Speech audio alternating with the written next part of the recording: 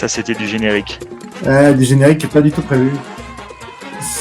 Bonjour messieurs, comment allez-vous? Bienvenue dans Ça roule, l'émission vélo qui pédale dans la smoule. Aujourd'hui, je suis avec mes deux fanatiques du vélo, mes deux chroniqueurs, les mêmes toujours depuis le début de ce tour. À ma gauche, tout à ma gauche, avec sa casquette ma paye, on ne présente plus Nicolas Delic.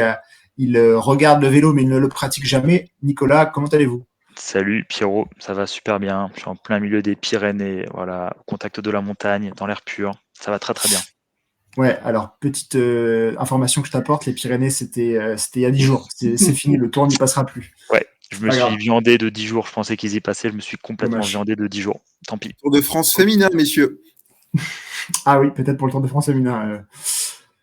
Et le deuxième chroniqueur, on ne le présente plus non plus, Monsieur Pierre Marchand avec sa casquette Skoda, le TER de Clermont-Ferrand, et il part rarement à l'heure. Monsieur Pierre Marchand, comment allez-vous? Salut Pierre Degado. Ça va, un petit peu fatigué, mais c'est une troisième semaine de tour, c'est normal. C'est normal.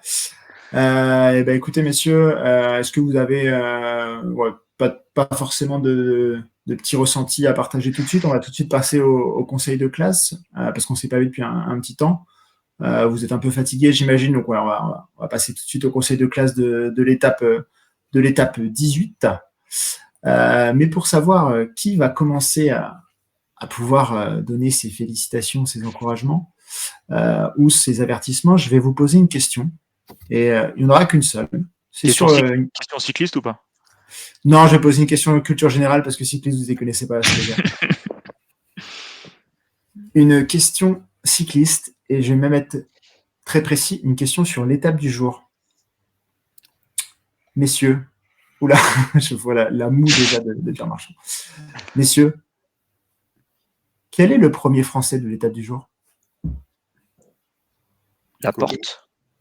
Laporte, bravo Nicolas. On voit bien que Pierrot a pas forcément suivi l'étape, mais c'est pas grave, il est en difficulté. Donc Nico, tu as l'opportunité, soit tu prends ou tu laisses la main pour ce conseil de classe. Eh ben, je suis sport, je laisse la main. Eh ben c'est bien. Alors on rappelle tout de suite les petites règles de ce conseil.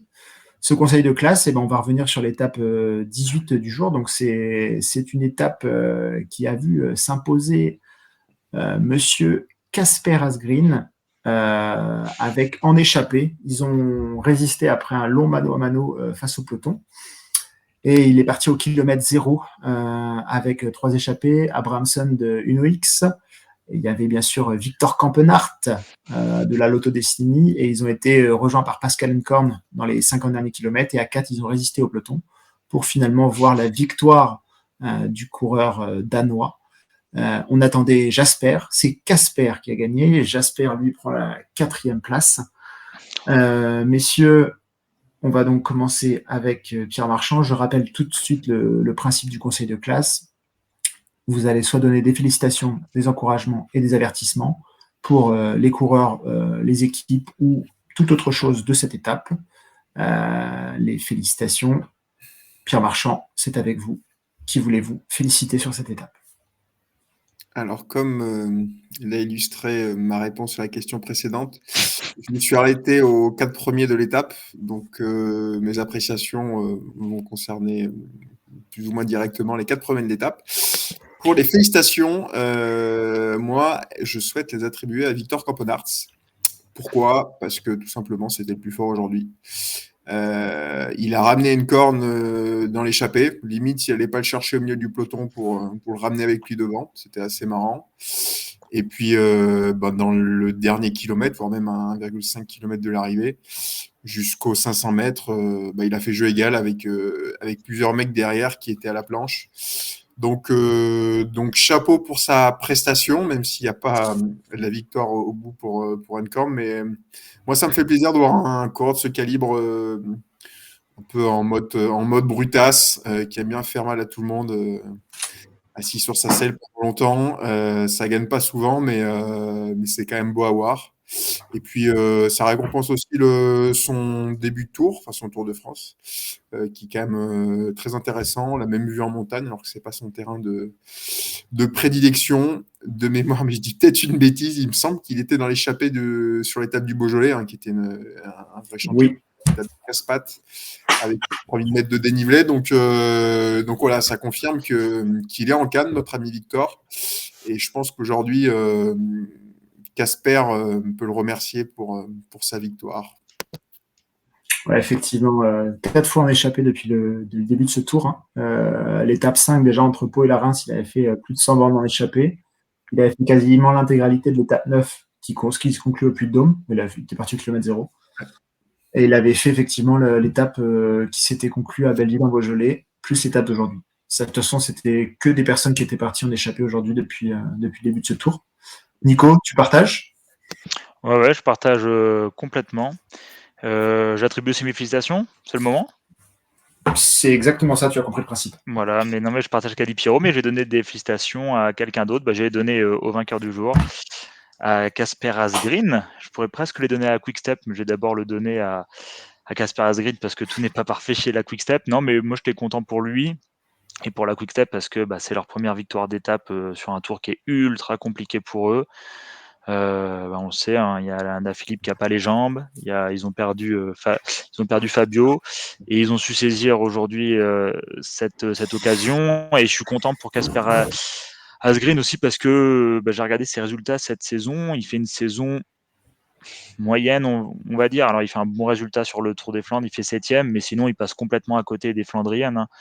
Il termine vraiment dans le milieu du peloton, voire loin, que ça soit sur Gand-Wevelgem, 3 Saxo classiques, Roubaix il abandonne. Donc Casgreen il revient un peu de loin. Alors il est du mieux parce qu'il était champion du chrono du Danemark. Et là, il montait en jambes sur cette fin du tour. Il fait un très bon chrono mardi. Il finit 15e si je dis pas de bêtises. Voilà. Donc félicitations pour Casper Asgreen qui redore un peu le blason de la Quick-Step. Je pense que ça enlève pas tout sur ce tour. Je pense que quand ils vont faire le bilan, tout ne sera pas parfait. Mais au moins, voilà, ils ont une victoire d'étape et c'est déjà pas si mal pour eux. Donc bravo Asgreen. Ok, très bien. Mais avant de passer aux encouragements, je ne vais pas vous donner mes félicitations parce que moi, j'en ai pas. Je suis juste là pour vous laisser parler. Mais moi, franchement, j'ai tellement été épaté par cette étape et j'ai tellement été devant ma télé sur les 40 derniers kilomètres que je trouve que ça efface le tour de Quick-Step. J'ai vraiment vibré et j'ai trouvé ça magnifique. J'ai trouvé magnifique ce qu'a fait Alaphilippe, De Klerk pour gêner les autres. Je trouvais ça... C'était marrant, quoi. C'était rigolo à voir. Je pense que ça les a beaucoup énervés, les autres coureurs. J'ai vraiment vibré et je trouve que c'est une victoire dont on se rappellera. Voilà, messieurs, je n'ai pas grand-chose à dire de plus, mais par contre, on va tout de suite passer aux encouragements. Et donc, c'est Pedro qui doit s'y coller. Pierrot, les encouragements. Eh ben, j'ai toujours un temps de retard par rapport à vous, messieurs, ce soir, parce que mes encouragements, c'était pour justement la Soudal Quick-Step. Mais je pense que vous avez bien résumé. Moi aussi, j'ai quand même trouvé marquante l'image d'un dernier kilomètre avec Alaphilippe et Tim Leclerc qui mettent le bazar. Alaphilippe, je pense qu'il encourage aussi dans l'oreillette. Voilà, l'esprit Wolfpack n'est pas mort. C'est aussi dans ces moments difficiles, comme vous l'avez souligné, qu'on voit s'il y a un collectif solide, et c'est le cas. Je pense après l'abandon de Jacobsen, ils n'ont pas baissé les bras, ils sont allés de l'avant. Et aujourd'hui, ça paye. Donc chapeau à eux pour leur combativité. Après, je m'arrête aux encouragements parce qu'on parle quand même d'une équipe ex-top 3 mondiale, pardon. Qui était capable de faire bien mieux dans un passé encore récent. Donc, encouragement en plus, mais pas de félicitations. Nicolas, ton avis, tu partages? Moi j'ai mis les félicitations, mais moi sur l'étape mis du les jour. félicitations à Casper Asgreen. Oui, mais sur l'étape du jour, alors moi je rejoins l'avis de Pierrot, c'est des encouragements sur le tour dans sa globalité, ça sauve un peu l'honneur, mais sur l'étape du jour, si on est sympa, je pense qu'on peut quand même leur attribuer les félicitations, ils ont fait quand même quelque chose d'assez beau. Peut-être que Pierre avait une réflexion plus globale et pensait sur l'étape du tour, pensait au tour dans sa généralité.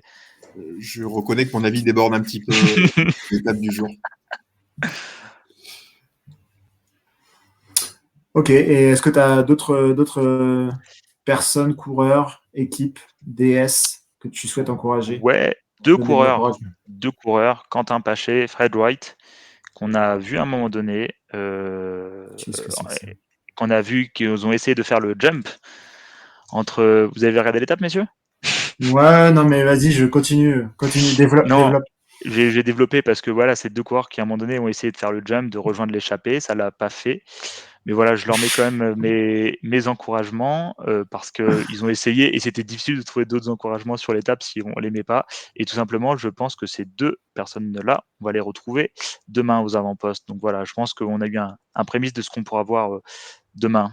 Ces Ah, t'aurais 2. pu mettre la Lotto Destiny, t'aurais pu mettre Uno X qui est dans toutes les échappées depuis le début de ce tour. Il y avait Mathiera plutôt qu'une espèce de Non, fausse échappée là avec une fausse attaque.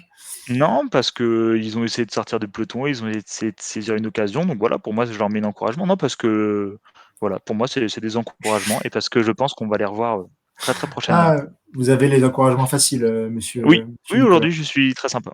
Ouais, très sympa. Puis il y a quelqu'un qui est parti chercher les bidons et puis il est revenu dans le Oui, peloton. il a fait ça bien. Franchement, super, super. Ouais, puis tu aurais pu aussi féliciter certains coureurs qui sont arrêtés ce matin pour signer des autographes. C'est C'est ça sympa, bien, ouais. hein. Ouais, La vie des enfants, voilà, c'est bien. franchement, les Bravo. encourage. Non, bon, allez, oui, sinon j'aurais pu mettre les encouragements à la loto. J'aurais pu mettre les encouragements à la loto, c'est vrai. Il passe, pour moi, félicitations, ça aurait été s'il y a eu une victoire derrière. Donc, allez, je peux mettre si ça vous semble plus crédible, je peux mettre les encouragements à la loto, qui revient de loin avec le scénario, Ouais, enfin, pas le scénario, avec l'histoire de Caleb Ewan, qui s'est quelque peu fâché avec Steph Elo. Et donc bon, ils reviennent un petit peu de loin, mais il n'y a pas victoire. Donc on peut dire on peut mettre les encouragements à la loto. ah Voilà, bah ouais, quand même. Vu l'étape qu'ils font, vu le sacrifice de Campenart, tout à fait. vu la sortie de Pascal Encorn, c'est pas les attaques de Quentin Paché. Lui, il a réussi à sortir et revenir. Non, mais soyons sérieux. Moi, j'ai des encouragements faciles. J'ai des Voilà. encouragements faciles. Même voilà, le coureur du NOX, c'est la 3e fois qu'il s'échappe depuis le début de ce tour, à chaque fois sur des longues échappées. Une NOX sont présents tous les jours. Enfin, il y avait matière à donner des encouragements, mais c'est pas grave. Je vois que vous avez suivi l'étape post-sieste. Moi, je me suis réveillé sur l'attaque de Paché et de Fred White. Ouais, c'est pour ça, tu sais plus, tu as écrit, ouais, ok, super. Et je vous propose quand même, alors peut-être qu'il y a pas mal, il y a peut-être un peu plus à dire dans la dernière des catégories du conseil de classe, messieurs. On va passer tout de suite aux avertissements et peut-être même au conseil de discipline pour certains. Pierre Marchand, est-ce qu'il y a un avertissement, comportement, travail ou même un conseil de discipline à donner? Ouais, alors moi j'ai dit que je m'avais été arrêté aux 4 premiers du classement. Donc il en manque 2. Je vais m'arrêter sur le 4e. Jasper Philipsen. Avertissement, comportement, très simplement, et je pense que vous l'avez vu. Même pour ceux qui ont juste regardé le replay, c'était visible. Alors que mon collègue Nicolas Delic, C'est ça perdu. va. Peut-être un signe de protestation par rapport à mon avertissement discipline. Philipsen, en 3 mots, qui tasse Encorn quand il tente de sortir pour l'inciter à rentrer dans le rang. Je trouvais ça inutile, dangereux et en fait interdit, enfin pas autorisé, tout simplement. Je vois pas en quoi il peut être légitime pour dire à un autre mec qu'il n'a pas le droit de sortir parce que ça va mettre le bazar et parce que ça favorise pas les dessins de son équipe. Donc voilà, avertissement pardon pour Philipsen concernant son comportement inapproprié. Ouais, même nerveux un peu d'avoir ce genre d'attitude alors qu'il a gagné déjà 4 étapes, qu'il n'a plus rien à prouver sur ce tour et qu'il a toute une équipe qui est normalement censée gérer 3 échappées qui sont parties au kilomètre zéro, quoi. Oui, et au risque de déborder un petit peu sur le cas Philipsen, alors c'est très bien pour l'intérêt du maillot vert, mais j'ai l'impression qu'il se bat à tous les sprints intermédiaires Petit point de connexion. alors qu'il a 300 points d'avance. Alors, j'exagère, mais en tout cas, il a un matelas qui est très confortable. Là, il déclare qu'il est content d'avoir fait 4e parce que ça lui permet quand même de prendre des points supplémentaires au maillot vert. Je sais pas, je me demande même s'il compte pas battre le record du nombre de points du maillot vert parce que il est Peut-être qu'il est en avance son et équipe. voilà, Je crois que son équipe ne lui donne pas le classement et donc il ouais. pense que c'est très serré. Et il s'est pas trop compté, donc il s'est dit, bon, dans le doute, je vais en gagner 5 ou 6 et au moins je suis sûr de l'avoir. C'est peut-être une explication. Bon, en tout cas, d'ici là, entre-temps, on a retrouvé Nico. Nico, juste pour résumer, Oui, l'avertissement connexion difficile dans les comportement Pyrénées. pour Philipsen, qui a a essayé d'empêcher le départ de Pascal Mmh. Encorn, mais ça Mmh. n'a pas fonctionné au final, puisqu'il a réussi Mmh. à partir, le coureur de la Lotto Destiny. Mmh. Voilà, en tout cas, un avertissement comportement de la part de Pierrot. Toi, est-ce que tu partages son avis? Est-ce que tu as un autre avertissement ou voire un conseil de discipline à donner?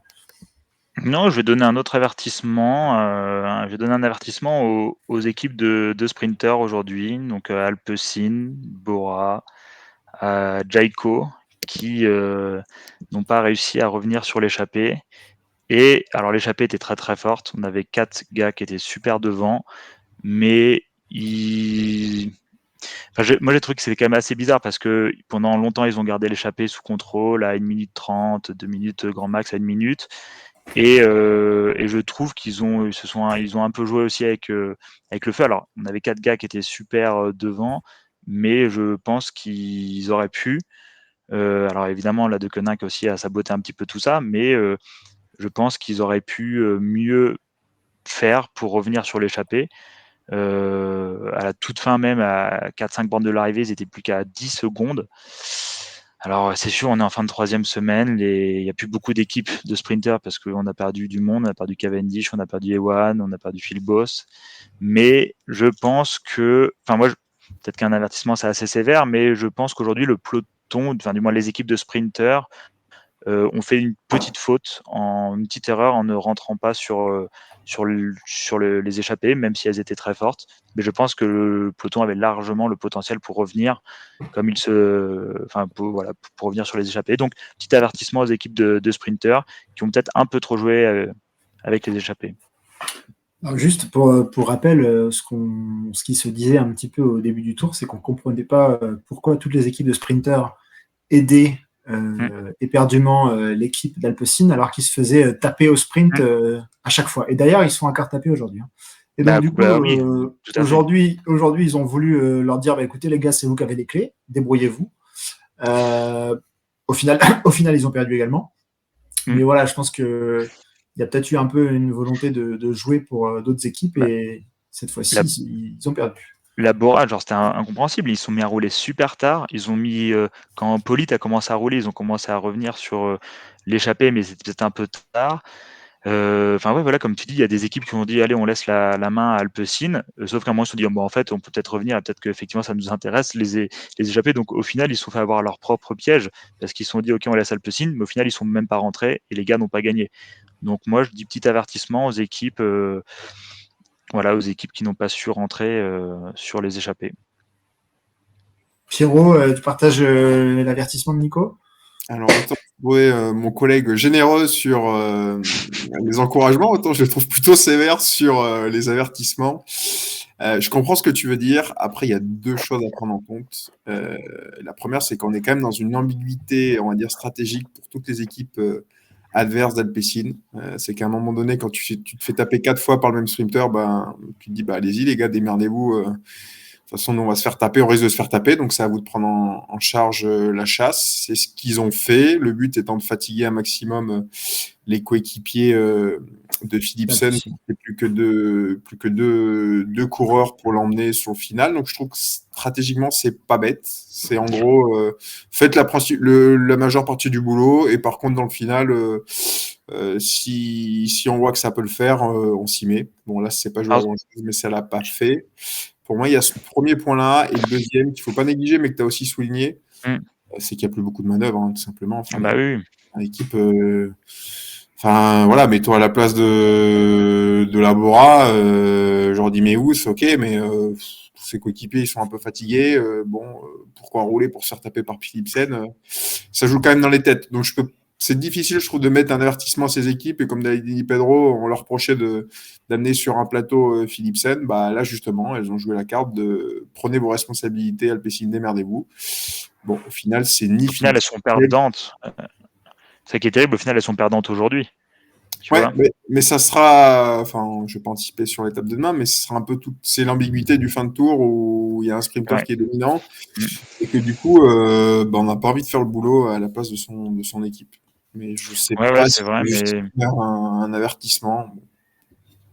moi, je trouve que Enfin bon, c'est un autre débat, mais de se dire, on va pas rouler, on prend le risque de pas revenir sur les échappées parce que c'est ce qui s'est passé en laissant juste Alpecin rouler.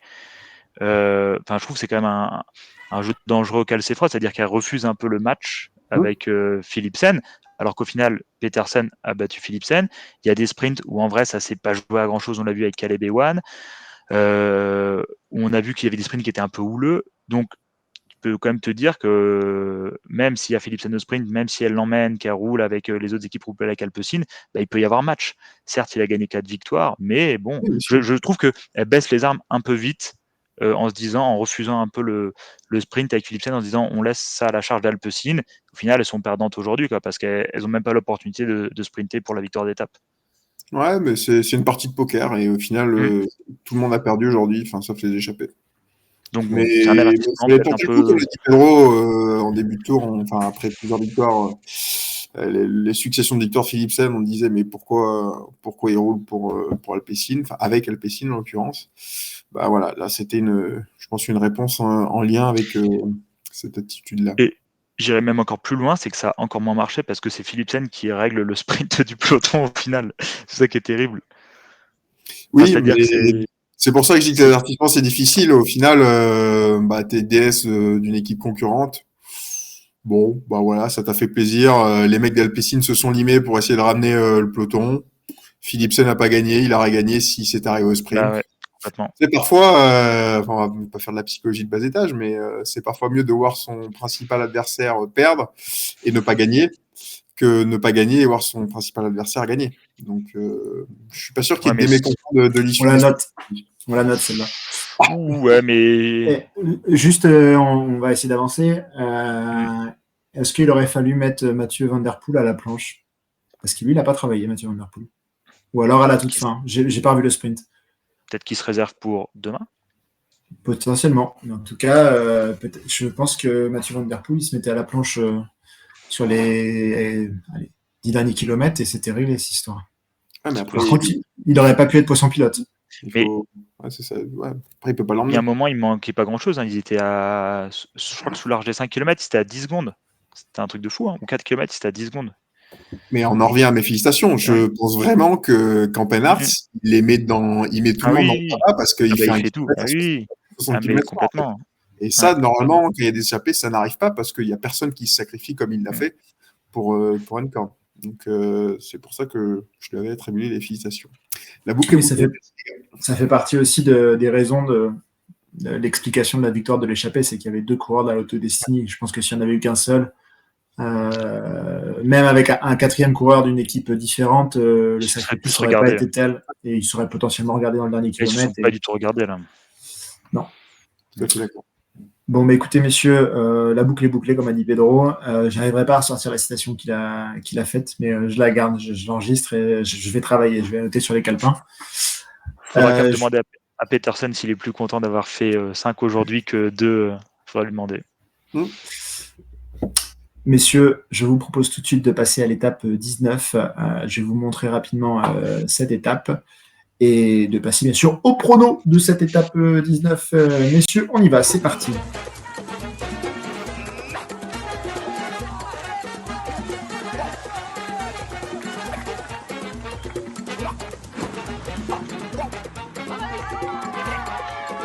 Hop, hop, hop, hop, hop. Hop, hop, hop, hop, hop, hop, hop. C'est parti, je vous partage tout de suite la vue de cette étape. Si je la trouve, bien évidemment. Hop, c'est parti. Messieurs, est-ce que vous voyez mon écran? On voit une fenêtre multiple, une arborescence avec différentes fenêtres. On est dans le back-office. Ouais. Oh, vous êtes dans le back-office. Qu'est-ce que j'ai fait? De la merde. Ouais, potentiellement. Ah là, ça pédale dans la smoule.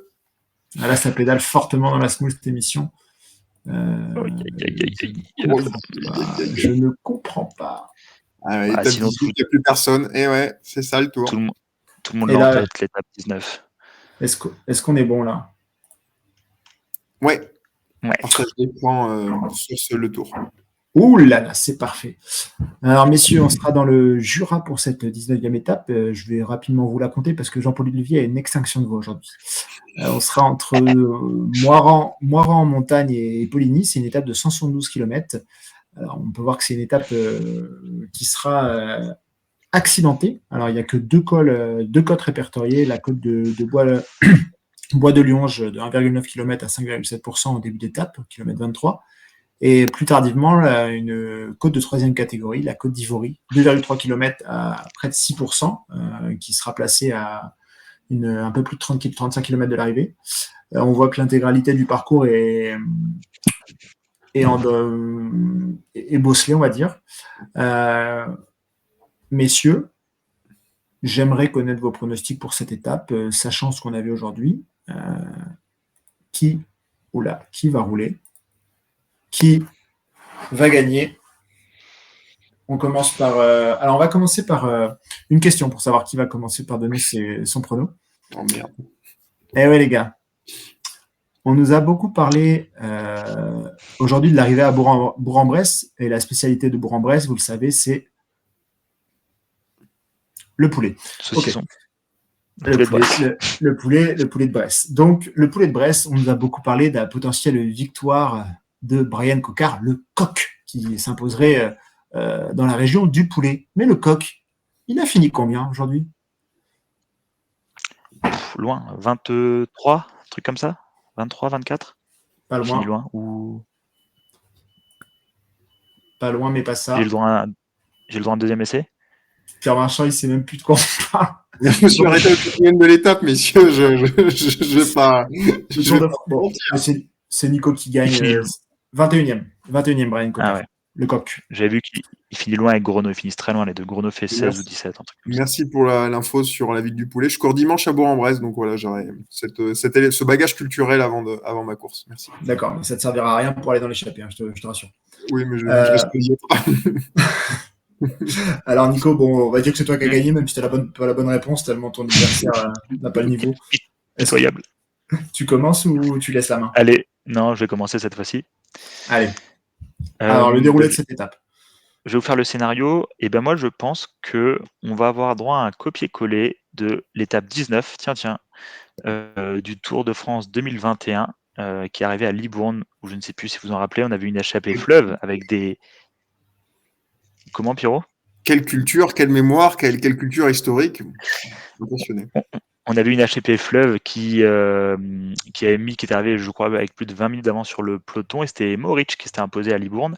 Et dans cette échappée-là, on retrouvait des coureurs comme Mohoric, Laporte, Nils Politt, Anthony Turgis, Jasper Stuyven, Julien Bernard, bref, que des bons gars. Et on était à l'étape 19 du Tour. Et donc, demain, c'est l'étape 19 et je pense qu'on va avoir un peu le même scénario, c'est-à-dire que je vois bien une échappée assez conséquente, peut-être de 15 gars, 16 gars, assez forts, qui prennent la poudre d'escampette assez tôt. Et je vois bien un peloton qui laisse vraiment complètement l'échappée partir et qui peut-être va arriver à 10-15 minutes sans problème, parce que dedans, toutes les équipes seront représentées. Et je pense que les sprinters toutes les équipes de sprinters enverront quelqu'un à l'avant. Donc j'ai les noms si vous voulez de ceux qui pourront partir. Donc je pense qu'on pourra retrouver chez Alpecin évidemment Van Der Poel, chez Bora on pourra retrouver du Nils Politt, voilà, à la Bahreïn on pourra retrouver du Mohoric, peut-être du Fred Wright. Donc voilà, mais je vois bien une échappée fleuve. Je pense que la De Koninck sera là aussi avec Rémi Cavagna ou Julien Alaphilippe. FDJ qui n'a pas encore gagné va être là. Donc bref, je vois bien une échappée de gros, costauds, 10-15 coureurs qui va se jouer la victoire et le peloton qui va arriver 15-20 minutes derrière. 15 minutes derrière. On passe tout de suite à Pierrot, ton déroulé. Honnêtement, j'en sais rien. Pour faire bref, alors certes, l'étape est catégorisée comme accidentée, mais tu as 2200 mètres de dénivelé, donc ça reste quand même très accessible pour des cyclistes pro, y compris pour les sprinteurs les plus lourds.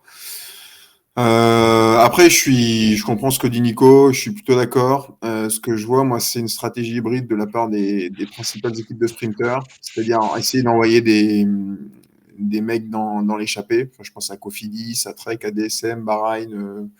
On veut des noms. Avec Ball, Arkea, avec Mozzato, etc. Essayer de passer quelqu'un à l'avant. Et si jamais ils sont pas assez représentés ou ne sont pas représentés, et ben rouler pour favoriser les dessins de leurs sprinters. Donc ouais, s'il faut que je me prononce, et par plaisir de la contradiction, je veux dire peut-être une étape qui arriverait plutôt au sprint, mais honnêtement sans grande conviction.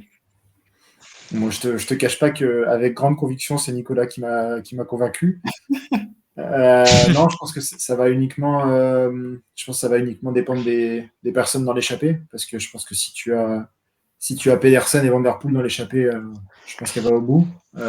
Alpecin ne roule pas, Lidl Trek roule pas. Et je pense d'ailleurs que même si Alpecin ne roule pas, je sais pas quelle équipe derrière est capable d'aller chercher une échappée s'il y a une dizaine de coureurs, vu ce qu'on a vu aujourd'hui. Je me dis que si ça bataille longtemps et qu'au bout d'un moment, il y a une échappée qui part, je ne sais pas quelle équipe sera capable d'aller chercher l'échappée, hormis Alpecin, s'il n'y a personne dedans. Mais en tout cas, puis aussi, je partage, et puis tu as quand même l'étape encore de demain, et je vois pas les équipes qui disent allez, on se démonte pour aller chercher cette échappée, sachant que demain on a encore un gros morceau, et peut-être qu'ils voudront juste lever le pied, et que le peloton voudra lever le pied pour faire la 20e étape du mieux possible. Allô. Ouais, on t'a entendu, c'était un peu difficile, comme les avis souvent, mais on t'a quand même entendu. Non, mais en tout cas, écoutez, très bien, messieurs. Est-ce que vous avez, pour conclure cette émission, vous avez quand même un podium ou un coureur à nous donner comme vainqueur en lien avec ce que vous nous avez donné, parce que Pedro, s'il nous sort en échappée Van Der Poel, c'est quand même rigolo, quoi. J'en suis capable. Non, pour rester fidèle à ma ligne de conduite, en tout cas ce que j'ai dit, mais encore une fois, la nuit porte conseil, et peut-être que demain j'aurai un avis différent, mais encore une fois, hein, sans me mouiller, je te dirais Philipsen, Pedersen, Coquard, c'est-à-dire la hiérarchie du classement du maillot vert et les sprinteurs qui potentiellement passent le mieux la montagne, et c'est le cas. On a vu Pedersen très actif en début d'étape sur les étapes de montagne, donc les plus frais pour gagner. Mais si ça se trouve, on aura les trois dans l'échappée, et comme ça, je pourrais dire que j'avais quand même raison. Mais non, honnêtement, j'ai du mal à lire l'étape de demain. Nico, lui qui arrive à lire toutes les étapes. Ouais, j'hésite entre deux noms. Vous m'entendez ? Ouais. Ouais, j'hésite entre deux noms. J'hésite entre Van Der Poel et Mohoric. Mais Madame Irma, il t'a pas donné le classement précis avec les écarts ? Non, j'hésite entre ces deux noms-là. Je sais pas. La nuit va porter conseil, mais je pense que ces deux sont dans l'échappée, et je vois bien la victoire se jouer entre un des deux. Je me demande si la Lidl Trek va envoyer Petersen. Je vois bien la Lidl Trek envoyer Stuyven en échappée, et Petersen rester au chaud dans le peloton. C'est mon avis. Voilà. Mais je vois bien Van Der Poel ou Mohoric gagner. Ok, ben moi je me prononce quand même pour vous éclaircir un petit peu votre brouillard. Van Der Poel qui gagne, qui part dans l'échappée, mais bien sûr qui s'extirpe de l'échappée dans les derniers kilomètres. Et c'est Pedersen qui est également dans l'échappée, qui fait 2. Et en 3, on va retrouver le coureur numéro 3. Alors là, il faut le trouver, il faut quasiment l'inventer. Girmay, qui est également dans l'échappée. Il y aura tout le peloton dans l'échappée. Moi, c'est précis. Bon, messieurs, écoutez, je vous souhaite de passer une bonne soirée. Puis d'ici là, j'espère que pour vous, ça continue de rouler. Hein. Bien sûr. Ça roule. Salut les punchers.